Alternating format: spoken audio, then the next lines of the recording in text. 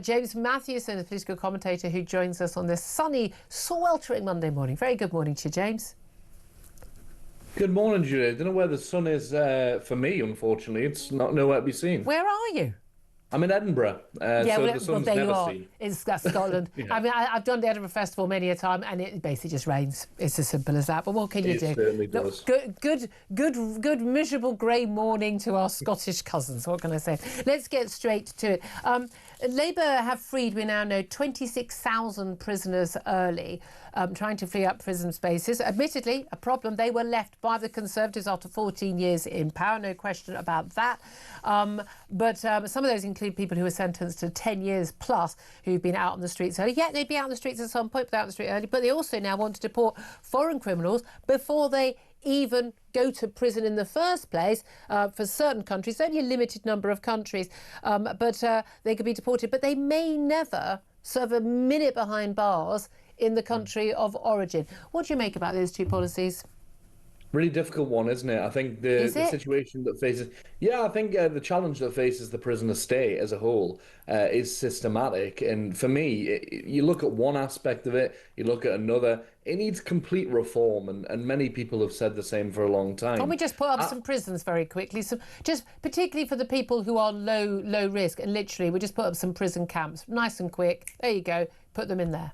I mean, the thing is to try and, make sure that people are even rehabilitated properly to even... We ain't doing that anymore. Prison. It doesn't even happen, does it? Nope. It doesn't work for people. People going to prison for most crimes doesn't even benefit society as a whole. The whole point of prison is to remove people from society, from the rest of us, who are dangerous. Yep. The majority of people in there are not of that caliber, I'm afraid. The majority of people in prison or who've served in prison in and out consecutively have learning difficulties, and it's one of these things that hasn't been addressed for years and years and years. Now the prison population's overflown. The government wants to do something quick about it. I don't envy them. I don't know what the quick fixes are myself. I don't think they've got learning difficulties, but an awful lot of people have got, basically they've had rotten childhoods, they've been failed by their parents, failed by society, failed by schools, failed by the whole system, and we could have perhaps got to a lot of them much earlier and prevented these awful lives. But at the point where they are who they are, yeah, I'd rather they were behind bars. I mean, not everyone though, is it, Julia? It depends on the crime they've committed. Yeah. I just don't. If you take something like drug offences, I am sick to death of seeing people in prison for drug offences in this country. Do you know how much money we could be making? Depends what kind of drug offence. You go to prison if you're dealing drugs. You don't go to prison if you're caught with a wacky backy ciggy. No, that's not the case. I mean, you really don't go to prison for that. They've still tried with heroin addicts, with A-class offenders, people who are caught carrying, people who are involved in that and the paraphernalia of drugs, unfortunately are still demonised and still criminalised. They're usually behind bars because of all the crimes they've committed to fund their habit. That are linked to their drug use, exactly. But this is the whole problem, is that the war on drugs, kind of started under the Tony Blair era, just hasn't worked. And I think areas like that are the places where you could make real cost savings. Well, unfortunately, the rehabilitation rate, even in places like the Priory, when they're paying an absolute fortune, are very, very, very low. And if someone is going to be a heroin addict or any other kind of addict, and they haven't got the money to fund that habit while they're paying criminals, then they are going to be stealing. And I'd rather those people were behind bars and not my problem. No, I'm afraid I disagree with you. You want them to be my problem? Won't be the first thing we disagree about. We have heroin addicts like sleeping rough on the streets near me, sleeping in doorways, and they're actually taking their drugs in public. There are 4 primary schools like within 50 yards. These things can be addressed. I mean, there's been great schemes. Yeah, get them off the streets. Been hugely successful with the likes of fixed rooms, rooms where these people can go to, places where they can go and take drugs safely. And how are they paying for those drugs? And you can minimise. How are they paying for those drugs? They're stealing. Because the knock-on effect on the NHS is cost-wise. How are they paying for those drugs? They're stealing. Well, the knock-on effect of this is anyway that there's a cost on the NHS. I'm not saying provide people free heroin. I'm just saying. So they're stealing it then. Spaces. Well, exactly. So they're stealing it. Where the paraphernalia can be provided for free. Like, look, crimes happen, criminal activity happens. The most part, because of poverty, as we know.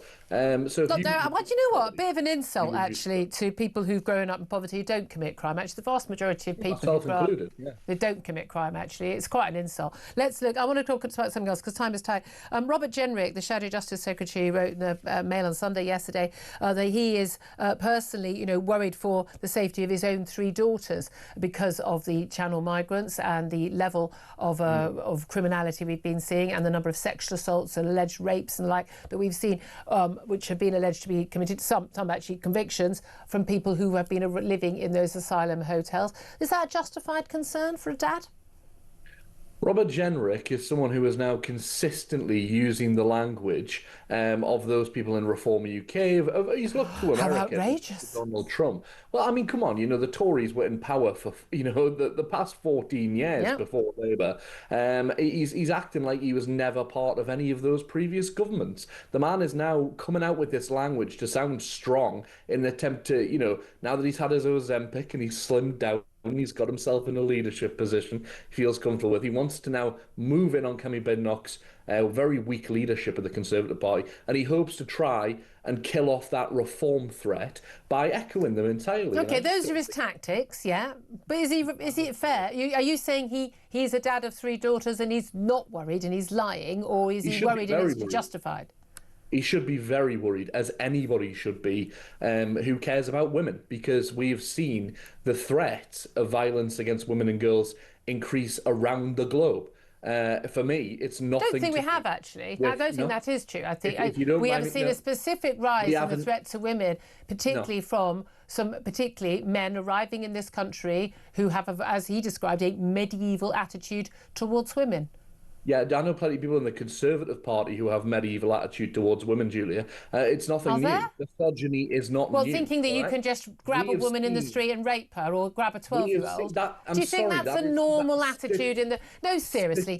Do you think that's a normal, typical attitude in the Tory party, or indeed any political party in this country? I don't think it's a normal attitude across the board, by the way. That's not how most of these crimes are committed. No, and it's it is a very normal attitude of men who've arrived from certain countries. I'm sorry, it absolutely is not. To believe Have you done much travelling, James? Statistically, I'm sorry, it's always anecdotal, isn't it, Julie? Because it's not anecdotal. The stats are very, very clear about the rates of sexual assault and rape, arrests and convictions of people from certain foreign countries. If you're talking about percentages, then we can talk percentages. 25% of the Reform UK MPs have a criminal conviction for beating women. Oh, for goodness!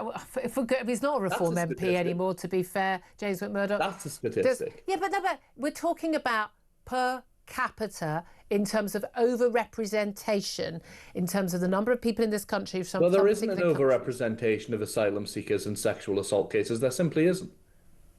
There is no representation from people of certain nationalities in our prisons who are convicted. But this is what you deem to be certain nationalities. What you're talking about. What do we deem to be? I mean, that's not a complicated. For instance, Albanians. Albanians are overrepresented. What's an Albanian?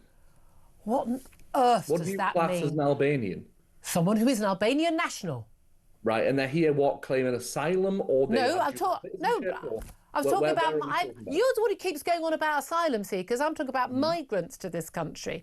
We have a massive overrepresentation, for instance, of men from Pakistan, a particular area in Pakistan, in the grooming gangs. In terms of per capita, number of Pakistani men in area where these crimes are taking place, massively overrepresented. There is a particular issue with men coming from countries where they have a very, as I agree with Robert Jenrick, medieval attitude towards women and girls in terms of their rights and how they should dress and how they should behave and what they are for, which leads to a growing problem. I talk to the young women in my office and what they are dealing with on the streets routinely in London, and it is definitely something they have seen an increase in, and it is largely from men who are speaking with foreign accents. Nothing to do with the colour of their skin.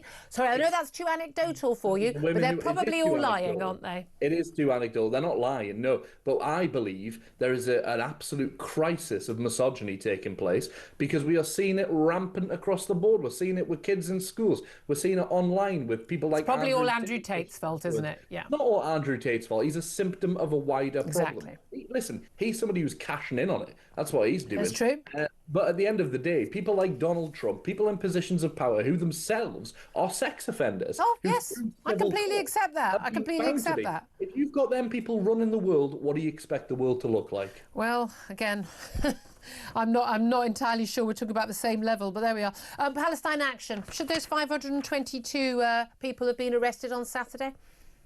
It's a difficult one. They should be, I understand that they've been arrested because they've shown support for a prescribed organisation. You won't see me out there saying saying those words and holding up a sign because I know I'm going to be arrested for doing so. But I understand their point because being arrested has long been historically a form of protest. Well, then why are they moaning about being arrested?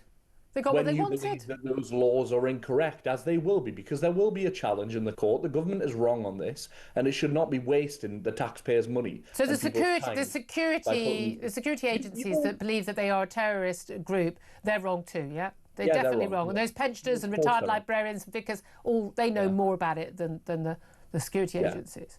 Yeah. Okay, interesting. And I'm sorry, when it comes to it, you've got groups like Britain First wandering the street and not being prescribed, calling for migrant hotels to be burnt down to the ground.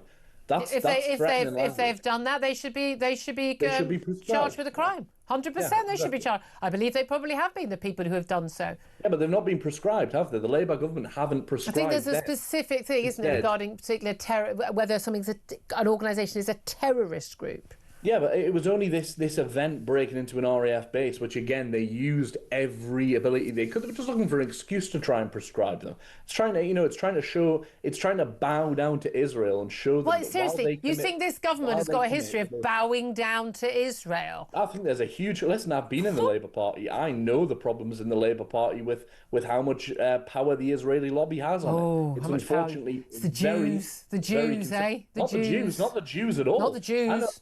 Every single Jew I know is out there protesting against the starvation and the murder of the Palestinian people. It's not murder, is it? It's war. It's not murder. Were we murdering Germans in the Second World War? Were we murdering Germans in the Second World War, or were we killing people on the enemy?